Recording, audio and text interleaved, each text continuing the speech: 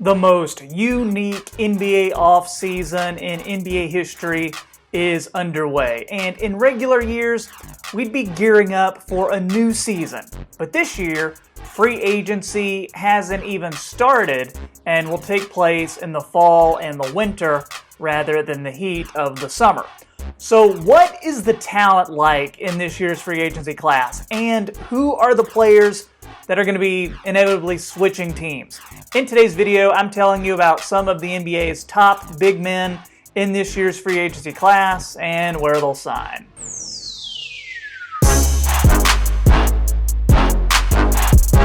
How's it going, everybody? This is Troy with the Half Court Report YouTube channel, and I am back again with another free agent video.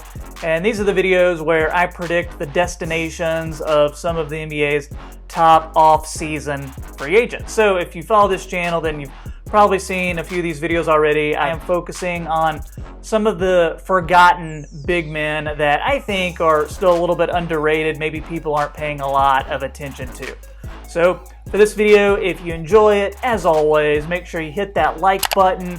Also subscribe to the channel if you're not already. On the road to 10,000 subscribers. This channel is blowing up. Come on, you know you want to be a part of it. First guy I'm going to talk about is Bobby Portis of the New York Knicks. Portis signed a 2-year, $31 million contract with the Knicks last year. Second year is a team option, and I don't quite think they are going to re-up him at about $15-16 million for this next season. So I do see him becoming a free agent. He just did not pan out in New York, but with sporadic playing time, playing under two different coaches, in and out of the lineup, wasn't his best year. But he did shoot about 36% from the three-point line, which is always good because you need those big guys who can stretch the floor. And sure, I suppose the Knicks could pick up that option and bring it back for a year or two with their team, but I tend to think that's not going to happen. I feel like most Knicks fans probably feel the same way. Y'all let me know in the comments, though, if you are Portis fans or not. But if it's not going to be the Knicks, I get the feeling that the Jazz are a real possibility for Bobby Portis. They actually tried to sign him last offseason before the Knicks did. I also think Portis' shooting would fit well in Houston because he would be a floor spacer, but also give them some size that they desperately need. Next up is Harry Giles III of the Sacramento Kings. I really like this player. It did not make a lot of sense, in my opinion, for the Kings to decline his option for next season. Think of it this way with Harry Giles. He's had an injury history dating back all the way to high school, so he has not been the superstar he was predicted when he was coming out and going into college for one season at Duke. But still, just so much potential with him. I think in the flashes, he has shown that high ceiling that many of us did predict for him when he was actually ranked number 1, number 2 player his senior year of high school. So I think if he can get on a team with a good medical staff that puts him in the best possible position to succeed, he could be a big-time player. I've actually seen him compared to a poor man's Al Horford. The Kings may want to re-sign him because I think maybe they're having seller's remorse with Harry Giles. I think that there is going to be a lot of competition, though. I think the Charlotte Hornets make a lot of sense for him. He's a Carolina kid. They need the help at that power forward and center spot. And also, what about the Pelicans? Because just imagine a player like Harry Giles next to Zion Williamson. They could use a starting center for their future as well, and even if he doesn't become a superstar, I think Giles might be able to fill a role as a guy off the bench who can get buckets, also rebound, and play smart basketball.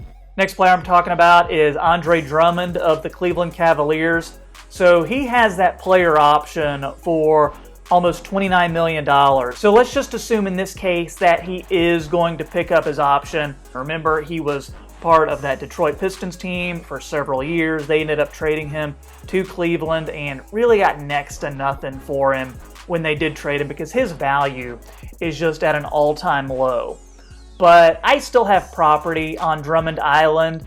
I don't think we can close the book on him quite yet. Yeah, he is a bit overpaid, but the playoffs did show you need guys who can score at the hoop and get tons of rebounds. But I think he and Kevin Love as a front court could surprise some people. Then you have the improved play, hopefully, cross your fingers, of guys like Colin Sexton, Darius Garland, new lottery pick coming in. I'm a big Kevin Porter Jr. fan.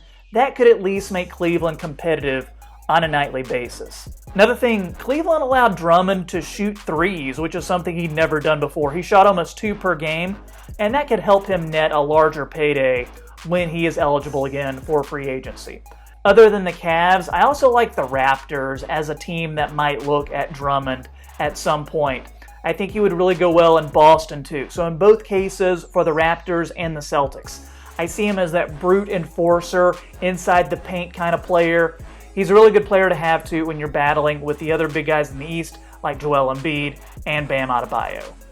Next up is Jahlil Okafor of the New Orleans Pelicans. So after a breakthrough 2018-2019 season that really saw career best efficiency from Okafor, his future seemed really bright because after all, this guy was a former top 3 pick and he was looking to keep things going, but that did not happen. He re-signed with the Pelicans last summer and he was just promptly buried on the front court depth chart behind guys like Zion Williamson, Derek Favors, Jackson Hayes.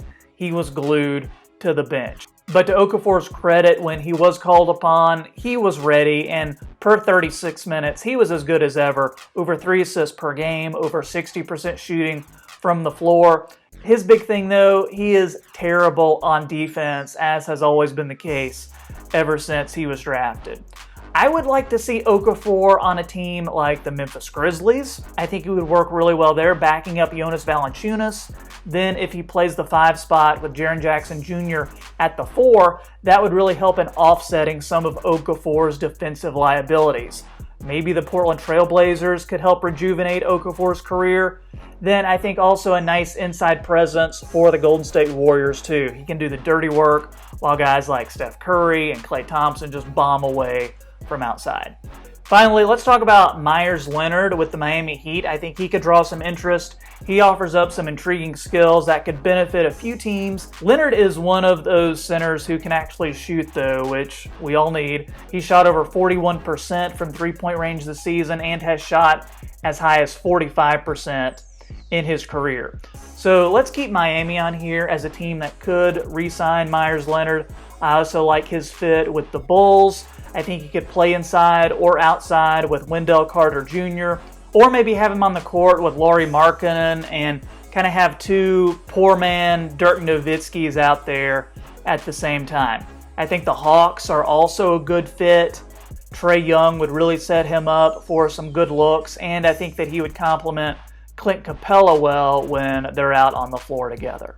Guys, that's what I think, but let me know in the comments what you think about these potential free agent moves and who would you want on your team. If there's anybody I haven't talked about, drop it in the comments or check out my other videos. I'm going to have those linked in the description, and you may find some of those guys there who you don't find in this video. If you've enjoyed today's video, make sure you leave a like, make sure you subscribe to the channel. Thanks as always for watching. My name is Troy with the Half Court Report, and I'll see you next time.